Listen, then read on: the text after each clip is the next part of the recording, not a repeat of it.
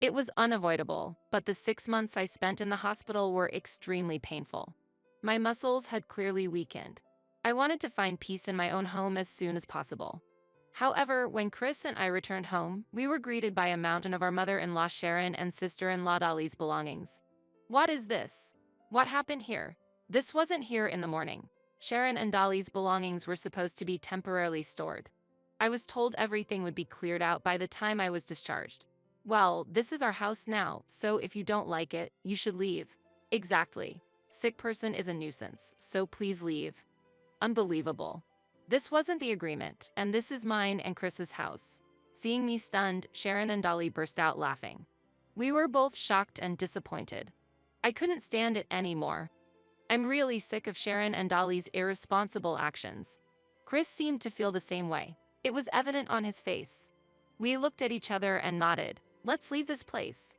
Yes, let's do that. I'm done with these unpleasant feelings. There's no need to put up with Sharon and Dolly's selfish behavior. Chris and I decided to go ahead with the plan we had been considering. I am Anita. I'm 31 years old and work for a company that manufactures surveying equipment.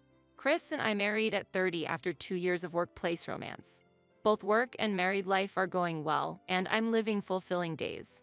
However, interactions with my mother-in-law Sharon and sister-in-law Dolly can sometimes be stressful. Both mother and daughter have very bad personalities. It's hard to believe that Chris is related to them by blood.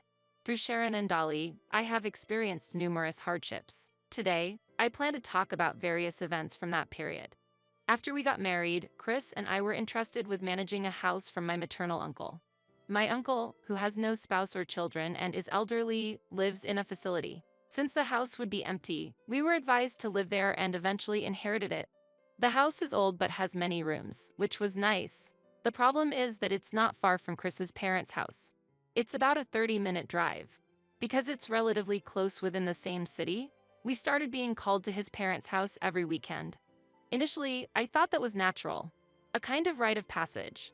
I thought it was just treated as a family event and that we would eventually be left alone. However, the reality was different. Mother-in-law Sharon began to use me as her legs and purse, regularly calling me out every holiday. I'm sorry, Anita, but my back hurts and I can't move freely. Yes, that's fine. What else could I have answered? There was a need to go to the hospital. Shopping at the supermarket was also necessary. I forgot my wallet. It's a financially tight month. She used those excuses to exploit me. I drove the car as instructed and prepaid at various stores as requested. Gradually, Sharon began to take my efforts for granted and became increasingly arrogant. Whenever I slightly object or resist, she acts as if she is the victim. Why do you look so dissatisfied? It's just a little call. You are a daughter-in-law, it's natural for you to serve your mother-in-law. You understood that when you got married, didn't you? I told you I had plans this week. It's unfair to call me despite that. If you don't like it, you should refuse. Since you came, it couldn't have been that important, right? Even if we are not related by blood, you should prioritize your parents. Gradually, Sharon lost her restraint towards me and started to use me for house cleaning and preparing lunch. She also ordered me to replace the sliding doors, weed the garden, and clean the gutters. Although Sharon complains of back pain, its authenticity is uncertain. I wouldn't have been surprised if it was just an excuse to exploit me. There is a particularly memorable interaction with Sharon. It's about the time we found a bug in the kitchen. Not just me, Sharon also detested that bug immensely. Upon seeing it, she would scream like a child and move about 33 feet away. The same reaction occurred that day. When I exclaimed, a bug? Sharon screamed and fled the kitchen. Deal with it quickly. Get rid of it.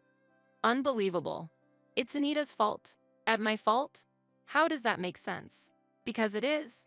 It's because Anita hasn't cleaned the kitchen properly. That's why the bug appeared.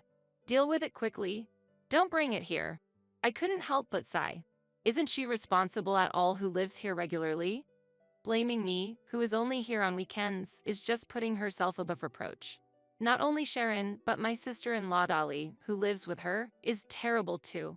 Dolly is a divorced woman who returned to her original home about 3 years ago after her husband cheated on her. She loves cigarettes, gambling, and alcohol much like a middle-aged man. She is always irritated, and dealing with her is painful. Especially problematic is her change into an uncontrollable personality when drunk. Behaving violently.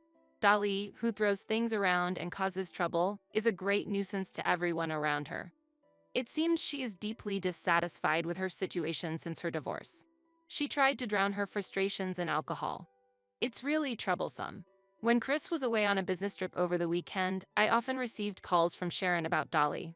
Anita, Dolly has called from the bar. Can you come pick her up? Do I need to go? Shouldn't she take a taxi? It seems she's run out of money. Besides, it sounds like she's caused trouble at the bar. Reluctantly, I headed to the bar where I found Dolly completely drunk. When I told the staff that I was her family, they all looked troubled. Drunk Dolly had broken dishes, messed up the food, and caused trouble for other customers. As a result, many customers left, which not only affected the day's sales but also damaged the establishment. Later, a significant amount of compensation was demanded, and both Sharon and Dolly were unable to hide their surprise. There were multiple calls from the police to pick up Dolly. I became well acquainted with the local officers.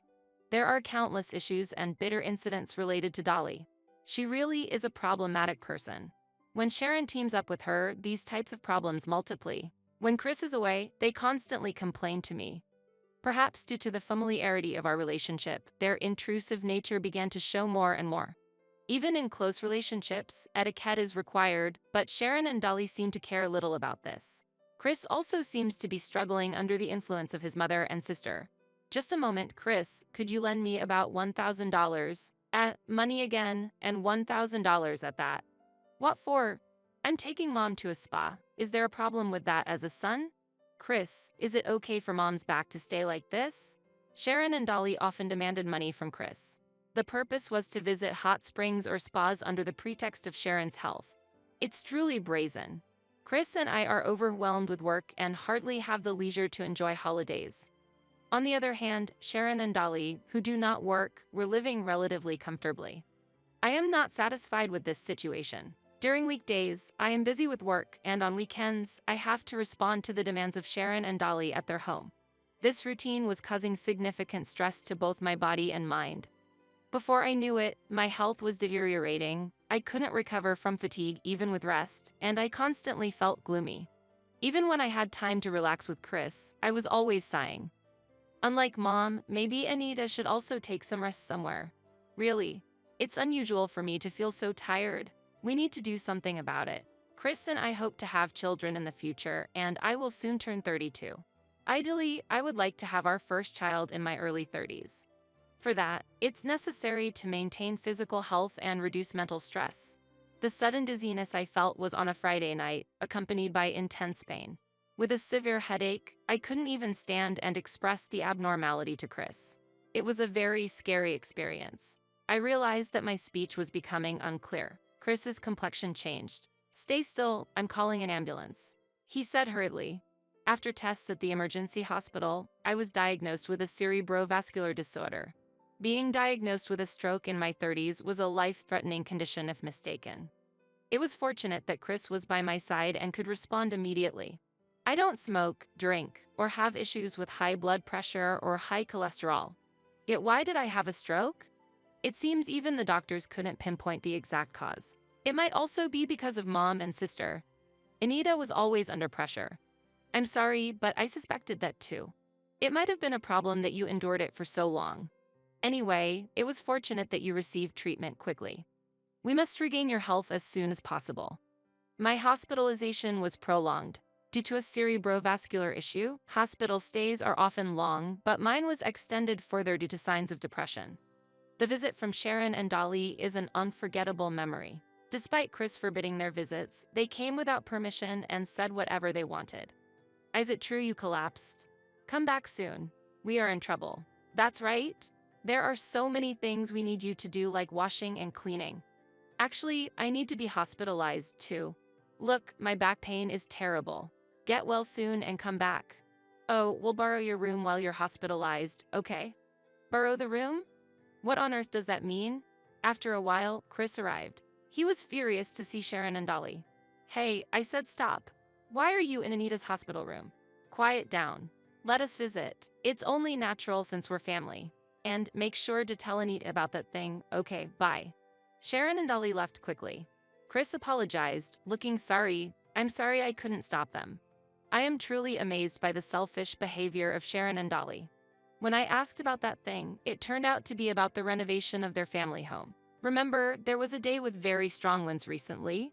The family home is old, so tiles flew off the roof, and it was damaged by debris flying around. Because of that, rain started leaking through the roof. It seems they had to call a repair service to fix the house. During the repair period, they needed to move some belongings somewhere. That's when Sharon and Dolly proposed using our house. I understand. I don't mind. I'll be in the hospital for a while anyway. Really, that helps a lot. Thank you. We'll make sure everything is cleared up before you get discharged. However, the situation was unexpected. After 6 months of hospitalization, when I returned home, there was a large amount of Sharon and Dolly's belongings there. It was unavoidable, but the 6 months I spent in the hospital were extremely painful. My muscles had clearly weakened. I wanted to find peace in my own home as soon as possible. However, when Chris and I returned home, we were greeted by a mountain of our mother-in-law Sharon and sister-in-law Dolly's belongings. Chris was also surprised on the spot. Shouldn't they have cleared everything up before I got back? What was going on? What is this? What happened here? This wasn't here in the morning. Sharon and Dolly's belongings were supposed to be temporarily stored. I was told everything would be cleared out by the time I was discharged. The movers brought them in at noon. It's fine, the house is big enough. That's right. The family home is very old, and it turned out that it was a rented house. We had to leave there and come here. Now we have no choice but to live here. So, kicking us out would be pointless. I was appalled by Sharon and Dolly's selfish behavior. To force their way in while blocking their own path. Such selfish actions should not be allowed. Chris strongly criticized this point. However, Sharon and Dolly decided to ignore it. As the argument heated up, Sharon incredibly lost her temper. Well, this is our house now, so if you don't like it, you should leave. Exactly. Sick person is a nuisance, so please leave. Unbelievable. This wasn't the agreement, and this is mine and Chris's house. Seeing me stunned, Sharon and Dolly burst out laughing. We were both shocked and disappointed by the outrageous behavior. It was unbearable.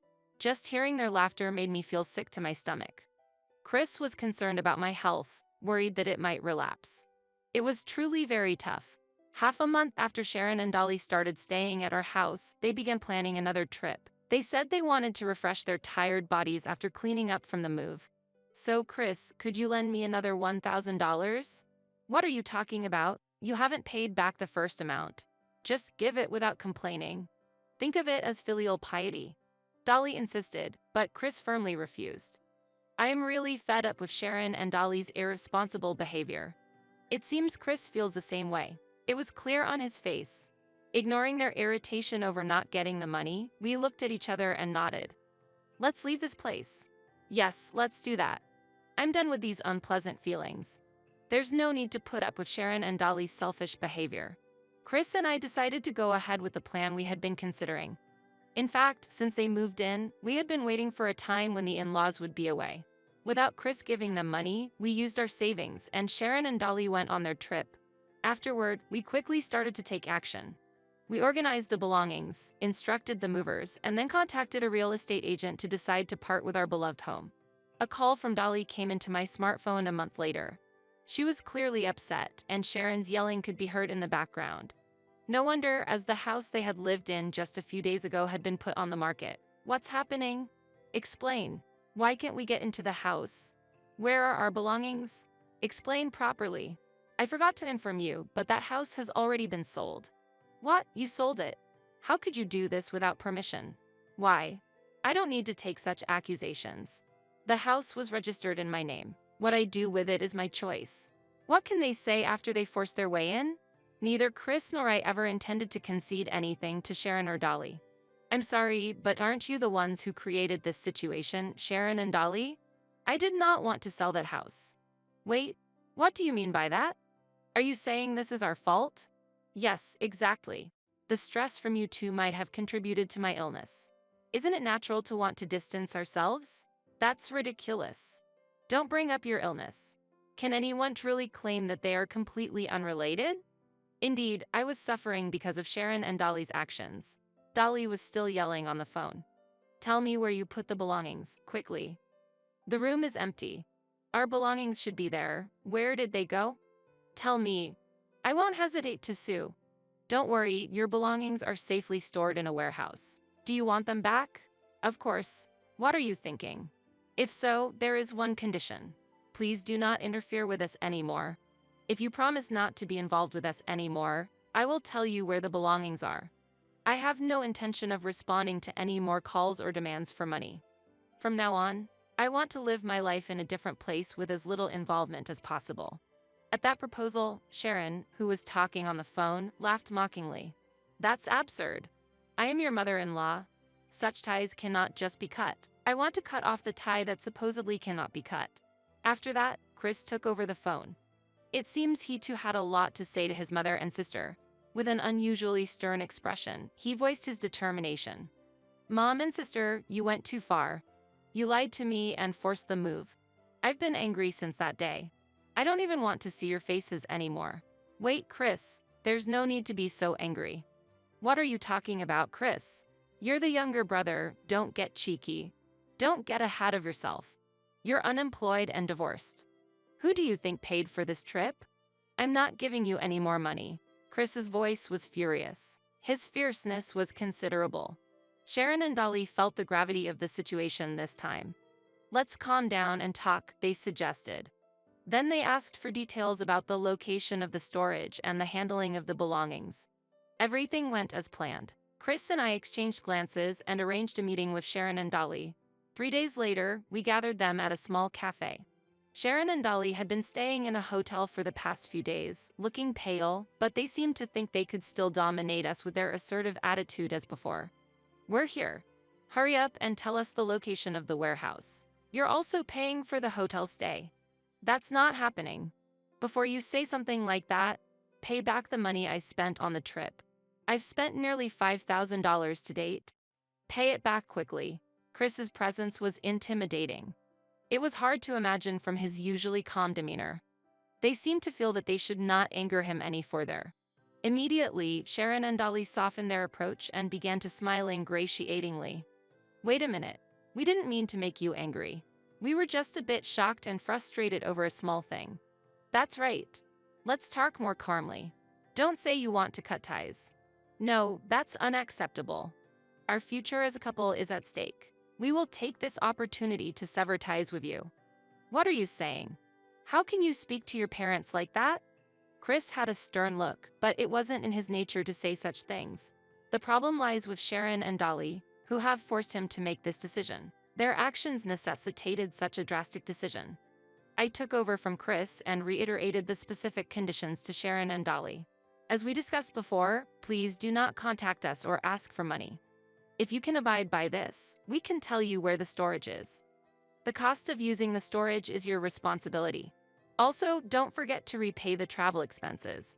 What are you saying? Don't make impossible demands. We don't have that kind of money.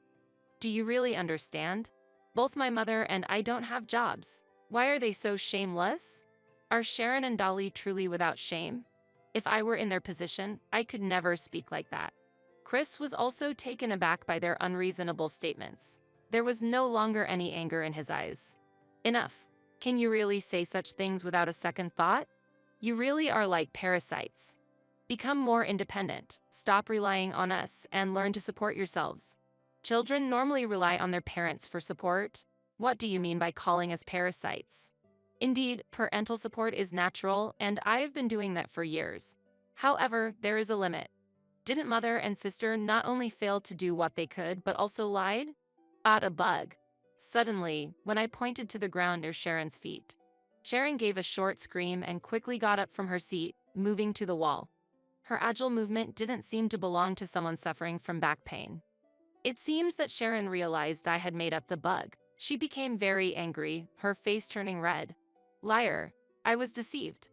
I'm sorry. However, isn't it mutual? You did use your back pain as a reason to make me do household chores and repairs, right? Furthermore, you fleeced me of money under the guise of treatment for the hot springs. Wasn't it for your back? Who is the real liar here? Just stop it. Sharon was unable to respond. She looked at the floor in frustration and bit her lip. Chris urged her to return to her seat, and she came back muttering her dissatisfaction. It seemed she had lost the energy to argue and was disappointed. On the other hand, Dolly was still ready to fight, anger evident in her eyes. Both of you lack respect for your elders.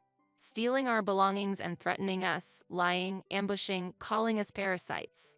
I am furious. We did not want to respond in this way or tone either. As I've said before, you two have driven us to this situation. Please understand that. There's one more thing I'd like to ask. Sharon, Dolly, why don't you try working? You should be independent and support yourselves. Isn't that possible? Both of you are healthy and have no chronic illnesses. You have time and you owe me a debt. If you don't want to be called parasites, you have every reason to work. Looking at Dolly's face trembling with anger, we felt our stance was justified, but it seemed they were still not convinced. Changing Dolly's stubborn attitude might require more than just our efforts. But there was no need to rush, as everything was going according to plan. I subtly signaled to someone sitting at the back of the cafe. Responding to the signal, a man stood up and approached. As he appeared, Dolly's expression dramatically changed. The person who appeared was none other than Dolly's former husband, Tony. Indeed, Chris and I had contacted Tony in advance for this day and arranged for him to come. Tony's face lacked the warmth it once had, and it was clear that any love he had for Dolly had completely vanished. His gaze was cold as he looked sternly at Dolly and said, "Dolly, it's been a while. You still haven't changed. It's really surprising." Dolly couldn't hide her disturbance and asked Tony, "Why are you here? Did they call you?" "What hasn't changed?" Tony answered calmly, "It seems you're still living by deceiving others. Just like you deceived me, are you deceiving Chris and Anita too? You dishonest woman." I was shocked by his words. "Did you have an affair, Dolly?" Previously, Dolly had told us that her husband's infidelity was the reason for their divorce. However, her failure to deny Tony's accusations made it likely that his claims were true. It became clear from this situation that Dolly had been lying to us. She was the one who had an affair and caused the divorce. She was pretentious, arrogant, dishonest, and had been hiding her true nature, which was now exposed. My dislike for Dolly deepened in my heart, and I was aware of how much my feelings towards her had intensified. If you had returned to your hometown and kept quiet, I wouldn't have said anything. But Dolly, it seems you're causing trouble here too. Dolly defiantly responded, "So what? That has nothing to do with you, does it?" Tony calmly retorted, "It's not entirely unrelated. I am your ex-husband. If I had been stricter with you, maybe Chris and Anita wouldn't have had to suffer so much." Confused, Dolly demanded, "What? What exactly are you trying to say? Tell me clearly." At that moment, Tony calmly took a document out of his inner pocket and slammed it on the table. The presence of the document rapidly turned Dolly's complexion pale. The document was prominently labeled "Demand for Property Division for Adultery," and it clearly stated that she must pay $30,000 within a week. Dolly panicked and shook her head. "Impossible. This is absurd. I can't pay $30,000. I just told you. I don't have a job, I have no savings, only debts," Dolly shouted. Tony was firm in his response. "So what? If you don't have money, you need to work. Work hard and pay it back. That's the least you can do to make amends. And by the way, the compensation should be paid in full." Dolly, crying, pleaded, "But that's impossible. Mom, say something." However, Sharon coldly replied, "What do you want me to say? You were the one who cheated. Don't drag me into this. You work and pay the compensation yourself." Eventually, a fallout occurred between them, creating an unsightly scene. The behavior of Sharon and Dolly was truly distasteful, and I felt a severe lesson was necessary for them. Without harsh measures, they likely would not learn their lesson. I confidently presented a medical diagnosis from the hospital in front of both of them. "This is a medical report from the hospital. Based on this, I will sue you," I declared. Dolly was shocked. "What? You're suing us?" Sharon also panicked. "Don't be foolish. Why would you sue us?" I calmly answered, "As I mentioned before, the illness I developed may have been caused by the stress from both of you. This constitutes assault." When I specified the possible charge, Sharon and Dolly were even more shocked. Hearing that the statutory penalty for the crime could be up to 15 years in prison or a fine of up to $5,000, they began to feel real fear. Knowing the possibility of a lawsuit, they couldn't hide their disturbance. Their previous confidence vanished, and they began to tremble. In a situation where they had completely lost the will to resist or justify further, standing there with dejected expressions, I unfolded another document in front of Sharon and Dolly. At that moment, surprise and confusion mingled between them. "What is this?" Sharon asked. I began to explain in a calm tone. "This is a pledge I have prepared. You and Dolly need to abide by the commitments listed here. If there is a violation, be prepared that I won't hesitate to take legal action." The pledge contained a wide range of clauses. The pledge included not summoning me to serve them like a servant, not demanding money from my husband no matter how financially troubled they were, earning their own living by working, and repaying the money they had borrowed. Additionally, the document reminded Dolly to not forget to pay the full amount of alimony to her ex-husband, Tony. After quietly reading the entire document, Sharon and Dolly, with tears in their eyes and shaking their heads, protested, "You are cruel. It's impossible to keep such promises. Paying the alimony in full is impossible. I would have to take on more debt. It doesn't matter if you have to go into debt. Then, working diligently to pay it back is the minimum obligation required of you. You have been playing around for too long. Why not think about working seriously from now on?" Sharon and Dolly gave up all resistance to our stern words and could only hang their heads in defeat. Seeing them like this, I finally felt a sense of relief. Later, it seemed Sharon and Dolly took various jobs. They registered with an agency that introduces temporary work, such as building cleaning staff, construction site guides, and logistics center workers. They might be unable to secure regular jobs because they cannot pass interviews, especially since Sharon is 65 years old, which is understandably a factor. Dolly also appears to be a difficult woman to manage, which is why many companies might hesitate to hire them. They are likely to continue with sporadic temporary jobs and live day-to-day. Sharon and Dolly paid off their debts and the money they had borrowed, including alimony, by taking loans. But since these loans came from loan sharks, a delay in payments could lead to serious issues. Their desperate work situation is understandable. Once, I saw Dolly working in the city. She was struggling to make ends meet. She was dressed in a uniform, wearing a helmet, and was directing traffic at a construction site. When our eyes met, she turned away in embarrassment. She should have been more assertive, but she behaved oddly. I also saw Sharon doing a part-time job stocking shelves in a supermarket. She was clearly being scolded by a younger colleague and looked very displeased. Given their coy character, it is likely that they will face problems eventually. They might struggle with workplace relationships, be forced to quit their jobs, and end up searching for new employment. I hope that Sharon and Dolly will regret their actions as they move from job to job. That is what I expect from them now. Since then, Chris and I have continued to live a simple yet happy life. We are no longer troubled by Sharon or Dolly, and we have regained our physical and mental health. As a result, we were eventually blessed with our long-awaited first child. Currently, I am on maternity leave, spending peaceful days with my baby in my belly. The baby is a girl. My goal is to raise her to be a fully fledged woman. In the process, there will be opportunities to talk about Sharon and Dolly. This is to teach her not to become like them. There have been tough times, but from now on, I plan to spend happy days with Chris and our child.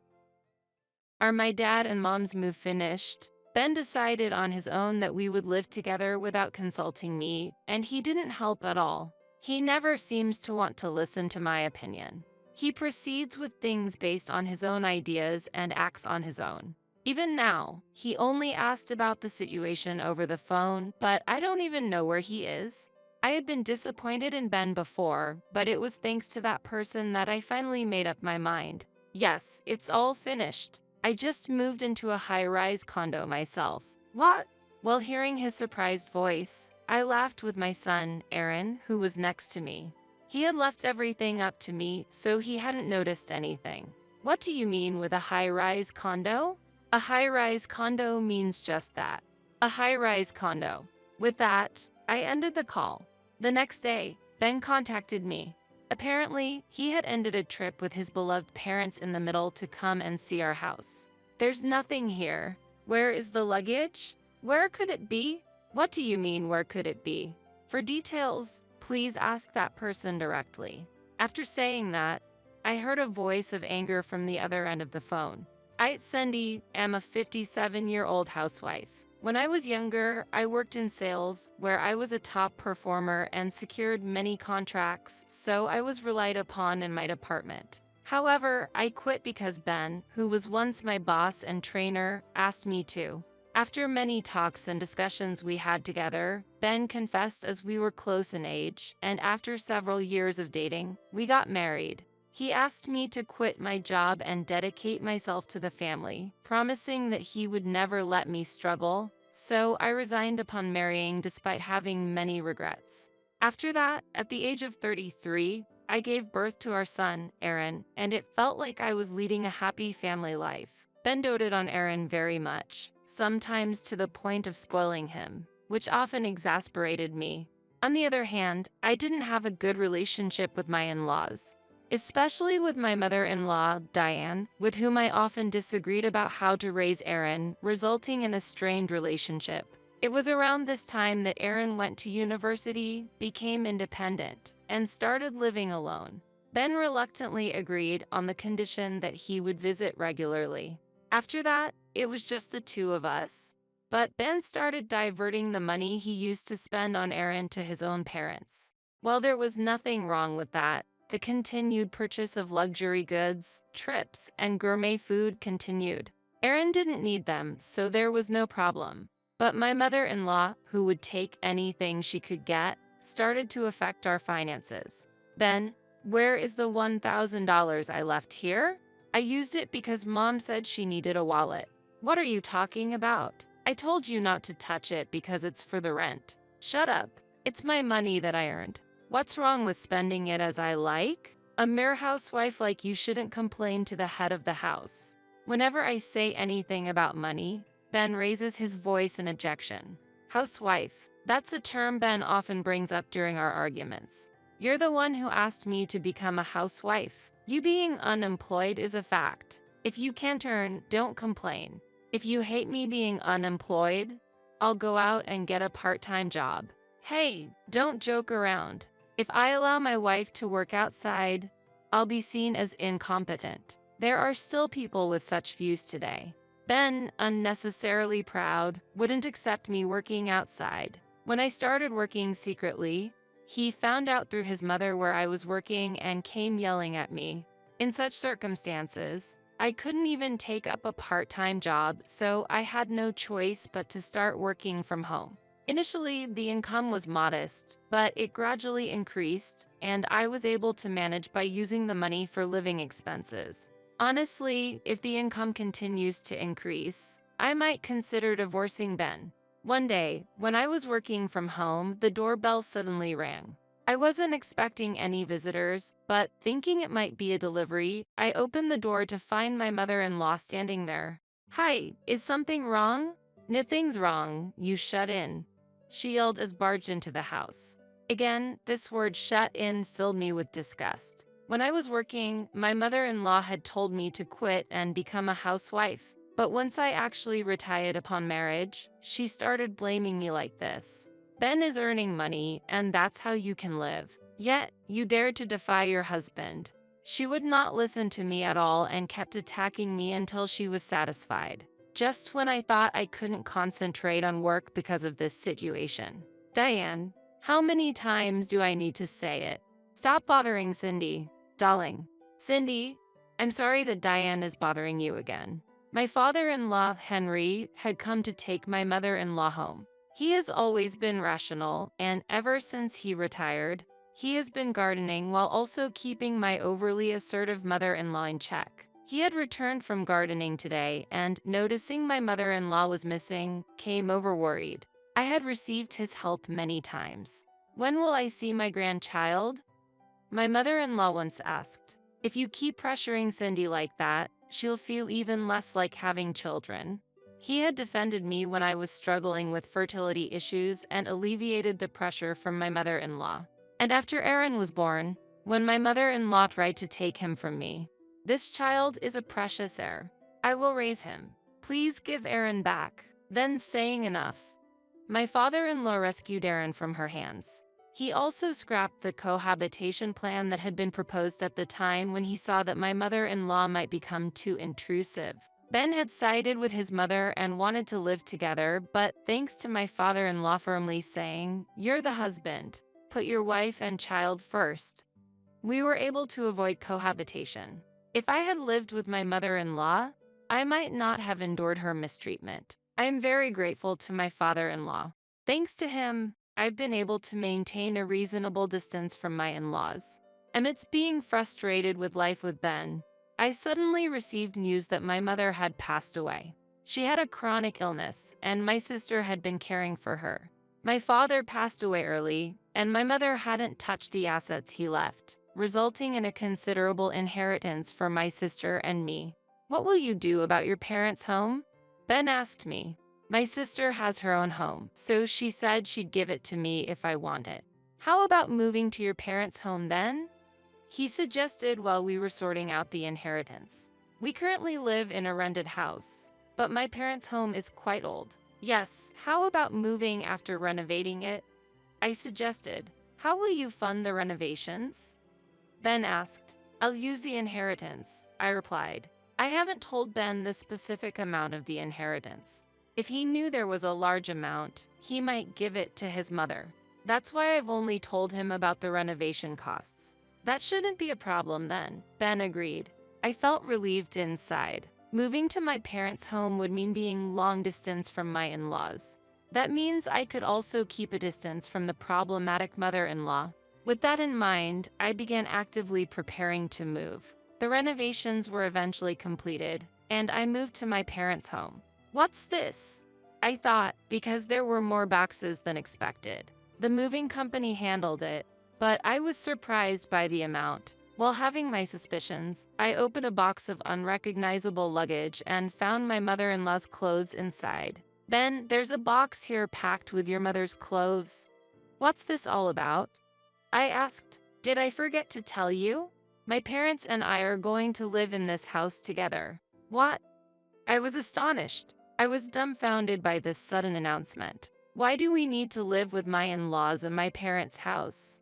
I couldn't help but argue with Ben. I didn't hear anything about this. The renovation using the inheritance was meant for us to live together. Shut up. I've already decided. Ben raised his voice and pulled out a document. Holding the document, I was shocked. A divorce paper?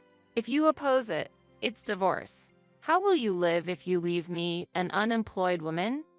Ben said. The divorce paper already had Ben's signature on it.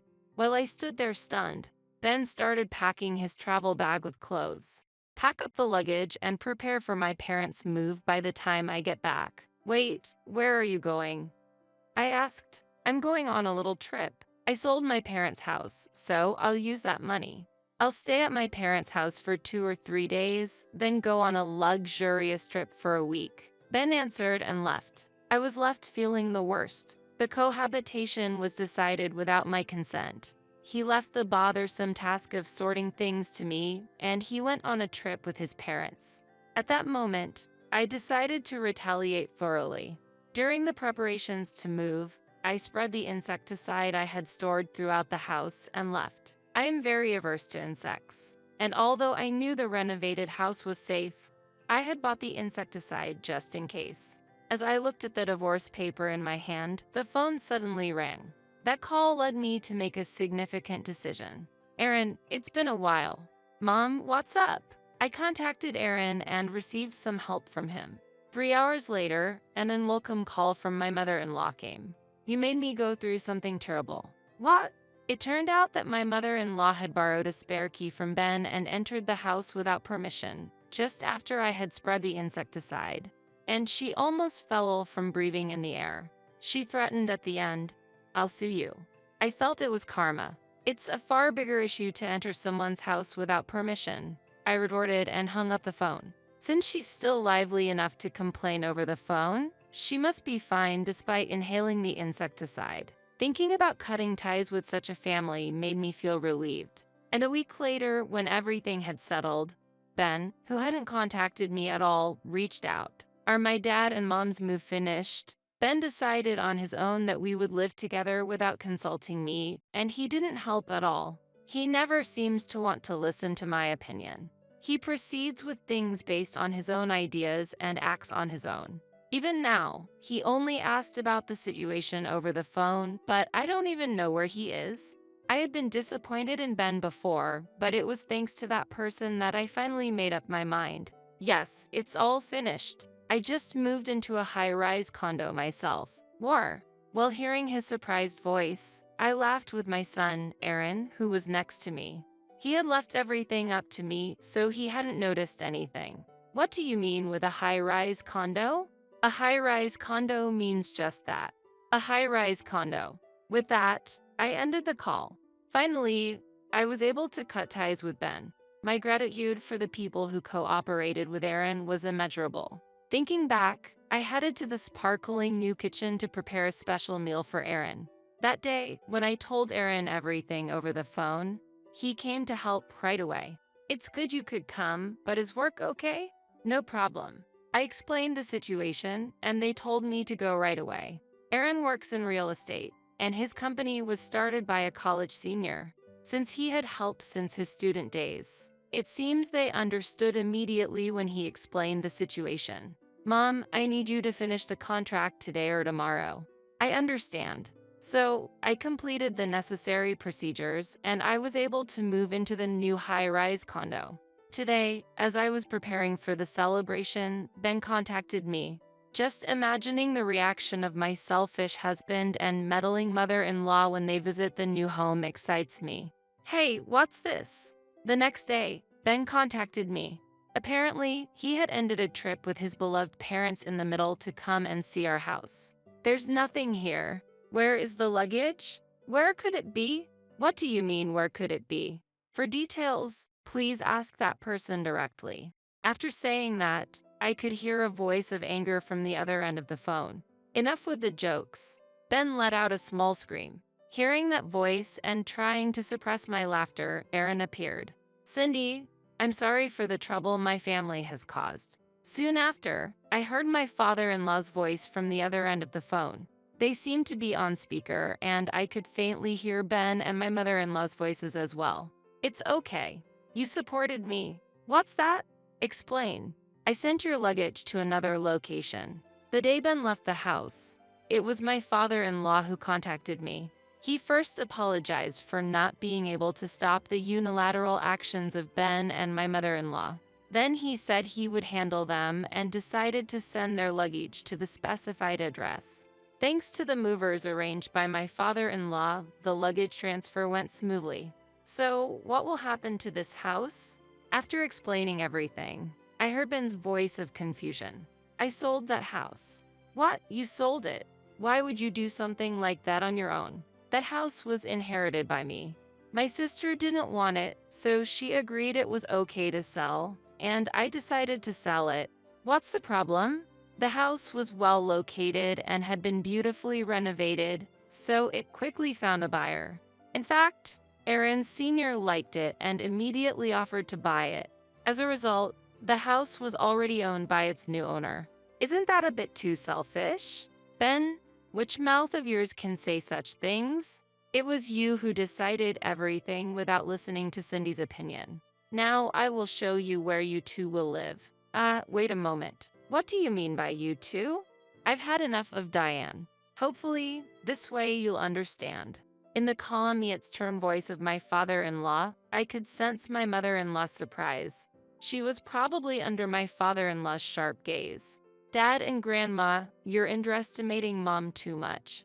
At that moment, Aaron, standing next to me, said as calmly as my father-in-law, I've heard everything from Mom. Why should my mom, who renovated the house after receiving it from Grandma and Auntie, have to give it to you guys? Dad, you must know how Grandma has been treating Mom. Despite that, why would you consider living together? Aaron, that's no way to speak to your father. Father? Just giving orders and expecting obedience. Is that what a father does? You ignored Mom's opinions, and sometimes mine too, didn't you? Honestly, I don't want to be a father like you, and I don't want my loved ones to meet people like Grandma. The direct words from Aaron, whom they had doted on, left them speechless. After that, I could hear my father-in-law sighing on the other end of the phone. I'm truly sorry, Cindy, he said, and then he ended the call. Just before the call ended, I heard surprised voices from Ben and my mother-in-law. With that, My father-in-law will probably handle those too. By the way, this high-rise condo is really wonderful, isn't it? Yes, I was hoping I could live here someday. The purchase of this high-rise condo was smoothly financed with the money from selling the house, my savings from when I was single, and the remaining inheritance. It looks like I will be able to live off the income from my work-at-home job. It seems like we'll have peaceful days ahead for a while. You know, I actually valued Mom over Dad because you taught me proper things, even though you were strict. According to Aaron, while Ben would buy him anything he wanted, he seldom provided strict guidance and rarely listened to him. Even when he talked about school, Ben would just say I see and not engage seriously, always suggesting, let's go shopping next holiday, only wanting to go where he wanted. More than Ben, it was important for me to listen carefully, sometimes scold him, and seriously consider his future. It's true that since Aaron got through his rebellious phase, he occasionally gave Ben cold looks. Also, I remember when Ben was criticizing me, Aaron would intervene as if to protect me, saying, "That can wait. We have something important to discuss now." Children are more sensitive to their parents' actions than we might think. Every time Dad said something to you, Mom, he would insult you for being unemployed. So, I decided to send money to help you. Huh? I hadn't heard about that. I heard it from Grandpa. Apparently, all the money I sent ended up going to Grandma. My father-in-law had long suspected my mother-in-law's extravagant lifestyle. Indeed, Ben was sending her travel vouchers and gourmet food, but that wasn't all. Aside from that, my mother-in-law was frequently enjoying luxury lunches and shopping. The gifts Ben sent every month couldn't possibly explain it all. Despite this, the shared savings remained untouched. Turns out that all the remittances from Aaron were being taken by Ben and passed directly to my mother-in-law. I can't believe it. Knowing that, I've decided I don't want anything more to do with Dad. Aaron's expression was stern, clearly indicating his resolve. He seemed to be at the peak of his anger. I no longer intend to support Dad, and Grandpa said he's going to divorce Grandma. That's right. As Aaron said, my father-in-law proceeded with the divorce from my mother-in-law afterward. My mother-in-law tried to cling to my father-in-law, but he was fed up with her and Ben's self-centered actions and coldly pushed them away. I'll split the assets, but don't expect any inheritance. My father-in-law stated decisively, deciding to spend all his available funds and move into a facility. Due to my mother-in-law's wastefulness, there wasn't much inheritance left in the first place. Afterward, my father-in-law moved into the facility, letting go of my mother-in-law and Ben. As I was finally enjoying some peaceful days, I got another call from Ben. "Hey, it's me, Ben. I know. What do you want?" It's really tough, really. Reluctantly listening to him, the wasteful spending by my mother-in-law continued as usual. Ben had used up all the money he earned, and now they were even dipping into their living expenses. Previously, I supported the household with the money I earned, and we had remittances from Aaron, but now that these were gone, they were in a difficult situation. "You're my wife, aren't you? Help me." "No, I'm not your wife anymore." What? The divorce papers I received that day were promptly filled out and submitted by me. That means our marital relationship had already ended long ago. Unbelievable. Why did you submit it that day? You were the one who wrote it and brought it to me, right? I just followed through and submitted it. There shouldn't be any problem. Ben was at a loss for words upon hearing my response. He probably didn't anticipate that his own actions would backfire on him. "So, can't we start over?" "What? No way. I've finally become free from you. There's no reason to go back." As I responded coldly, there was a noise on the other end of the phone. "It's me, Cindy." "What is it, Diane?" It seemed like my mother-in-law had picked up the phone. I felt a strong aversion inside me upon hearing her contrived, sweet voice. "I'm really sorry for being cold to you. So, do you remember how much I suffered? You tried to make me quit my job even before we were married, blamed me for not being able to have children, and tried to take Aaron away from me. If it weren't for my father-in-law helping, things would have been much worse. If you were in the same situation, do you think you could forgive me? My mother-in-law kept silent after my question. I will never forget nor forgive the treatment I received from her. And I have no intention to forgive Ben either. While you two were happily traveling, I was being ignored, wasn't I? From now on, please enjoy your wonderful lives. Goodbye. After declaring that, I hung up the phone, blocked his number, and cut off all ties with Ben and his family. Afterward, I heard that Ben and my mother-in-law were reluctantly living in a cheap apartment provided by my father-in-law. Ben had spent so much on his mother that there was hardly any savings left. He had a decent income, so he initially planned to save a bit before moving out. My mother-in-law tried to start housekeeping but was unable to curb her spending habits and do housekeeping, since she had been away from domestic chores for years, thanks to my father-in-law who had retired and taken over the household duties. While she was unaccustomed to housework, she fell and broke her leg, necessitating care. Overwhelmed with caregiving and housework, Ben accumulated fatigue, which led to mistakes at work, resulting in an irrevocable error that eventually forced him to resign. That's why he contacted me for help. Aaron visited and reported on Ben's plight, but he declined to help him. He should have at least saved the money I sent. Indeed, but regretting it now won't help. Meanwhile, my life was progressing smoothly. Thanks to Aaron and his friends recommending me, my client base for home-based work has increased, significantly improving my income. Aaron, who used to barely visit when Ben was around, now comes by frequently, and although he offers to send money, I decline as I'm not struggling financially due to my earnings. Thanks to that, Aaron has been able to save money and has moved into the same high-rise condo. Whenever I bring over some side dishes, he is always delighted and grateful. I'm truly happy. Being able to work at my own pace and having my beloved Darren nearby makes every day immensely joyful for me. Years have passed. Today is a special day. Mom, I want to introduce someone to you. It's the day Aaron is bringing his fiancée. She is someone I've known well for a long time since she has been dating Aaron since high school. Ben doesn't know about this because it would cause trouble if he found out. Well, I doubt he would be interested anyway. Aaron is a bit too kind, so I feel reassured to entrust him to his capable fiancé. Just this time there is a formal greeting as fiancé and mother, so both of us are somewhat nervous. We know each other, so relax. By the way, there's something important I need to tell you. To my surprise, she was already pregnant with Aaron's child. That's what led to a prompt marriage.